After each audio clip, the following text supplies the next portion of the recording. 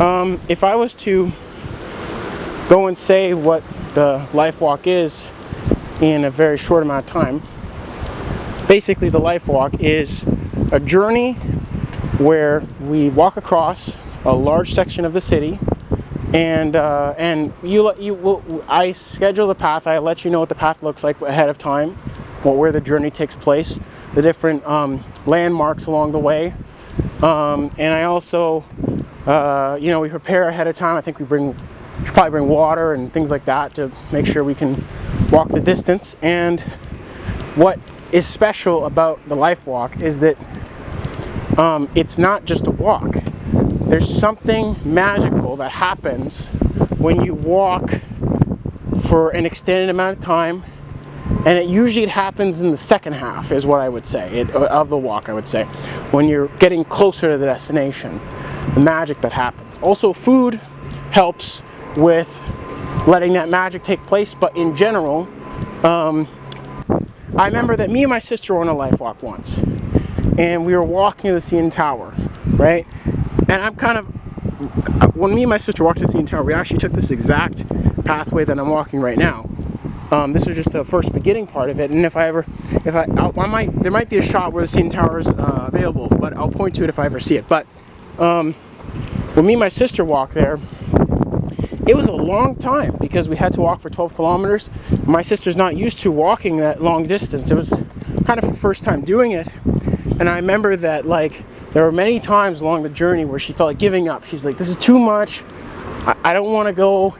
She told me that I'm going, she would warn me. She'd say, I'm going home and I have to. That was actually me realizing that, Alicia, my sister, she needs a break. So I would take a break. And then eventually she would stop her, the complaining would calm down a bit, and then we would continue. And what happened is that for the first 5 or 6 kilometers, it was the journey was what it was. But in the second half, we reached a place called the Exhibition Grounds. It's a place in Toronto, but anyway, they hold exhibitions there. And when we were getting there, I remember that there was a place where the CN Tower, our goal, what we're trying to reach, it was hidden behind these buildings. And what happened was that as they were hidden, we sort of lost track of where we were. But then as we kept on walking, eventually we got through a part of the Exhibition Grounds where the CN Tower got bigger because we had walking towards it through kind of but we couldn't see that we were getting closer towards it. And then when we got closer towards it, and the CN Tower was huge, I remember that me and my sister, it's like we almost shed a collective tear, or I feel like there was sort of these tears in our eyes because we were like, oh my goodness, all this time that we had thought that it was so far away, it actually got close enough that we felt like that, yeah, we're going to make it. It was the moment where all of our doubts went from, oh my goodness, it's too far away, we're not going to make it, to when we saw it so big and huge, we knew we were going to make it. We knew that we were going to make it to the CN Tower, but all the time that we had walked, it took a very long time to get there. Now here's the thing. Right now, you can actually see the CN Tower. Let me zoom in.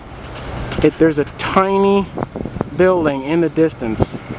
Now, I don't know if I can see it. Yeah, it's right in the center of the camera.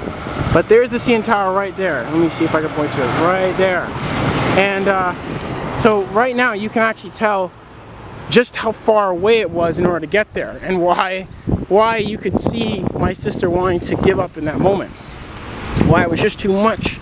Because the CN Tower, when you're all the way out here, it's tiny. It's it's extremely small.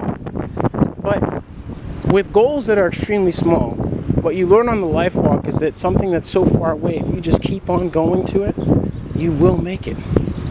And that's a lesson that one of the lessons that you end up learning on these walks. I'm going to cross over.